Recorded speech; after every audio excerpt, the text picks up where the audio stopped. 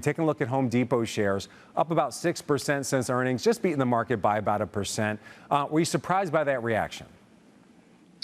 Not too surprised. I mean, look, both of these stocks have been, trading in a difficult fashion, just given the general correction in housing. Obviously, given where rates have gone over the past 18 months, we've seen a slowdown in housing activity. We have to remember that we're coming off of a big bulge in demand from the pandemic. I mean, Home Depot, the stock that we own, was growing revenues north of 20% in 2021. And this is a company that pre-pandemic was doing more in the 6 to 7% top line growth. So we had this big bulge. We've seen this kind of hangover on the other side, just as we had interest rates going up because of the Fed. We've had a slowdown in housing activity.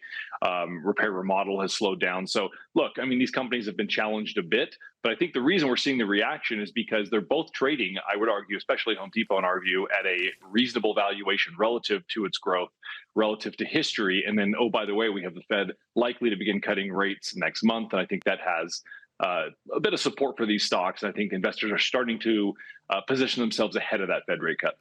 All right, Jason Snipe, over to you. Jason Ware just mentioned it. We're expecting Fed cuts coming up and actually a cycle of cuts going in the future. Surprised to see Lowe shares fall when they gave relatively similar guidance to Home Depot, and you do have that potential tailwind of cuts coming up. Yeah, Frank, I think Jason pointed out a lot of great points. I mean, the easing cycle is about to begin. These stocks have traded basically in unison over the last few quarters.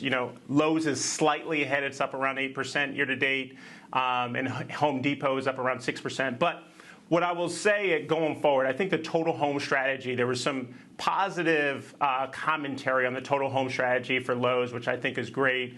The reason why we like Lowe's here is the incremental buy for the pro segment. I think there's some growth there. I think Marvin Ellison has a really nice omni-channel digital strategy that is starting to see some positive numbers going through coming into earnings. So for me, as we walk through into the earnings cycle, 90% of owners or customers, I should say, of Lowe's are home owners. So I like this play going forward. Yes, they've been difficult stocks, to Jason's point, do-it-yourself names over the last few quarters. But I think going forward, I think there's some upside here.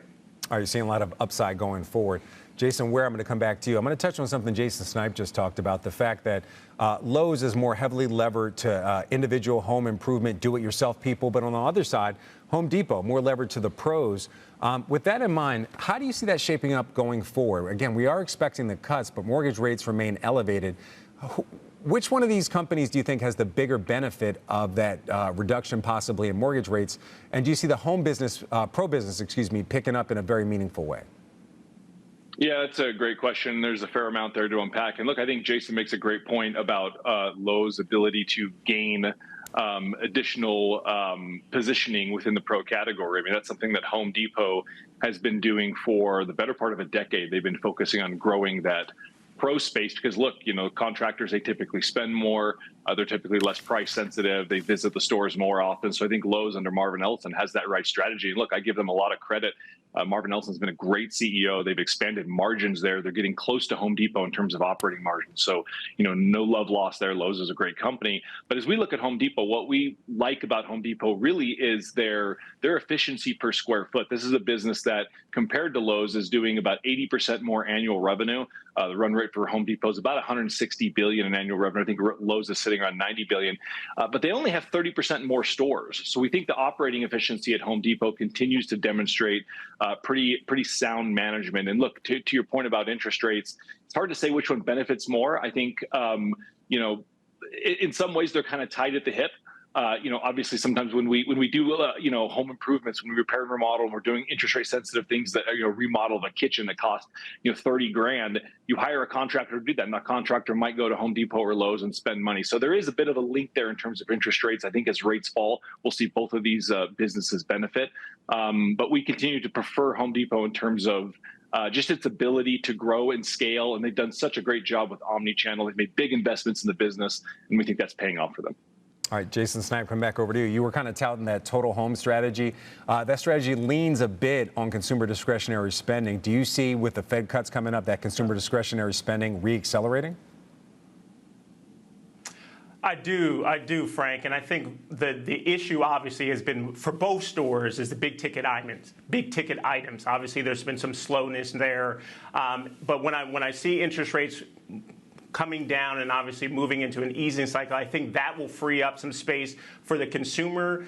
And then again, as I look to Lowe's and I look at the incremental growth and the catalyst going forward, I think they could continue to improve market share and gain market share from Home Depot on the pro segment, which is growing in the mid-single digits. So that's why we prefer Lowe's here. Both great companies, both have struggled a little bit in the near term, but I think this is the reason why we like Lowe's slightly better than HD going forward.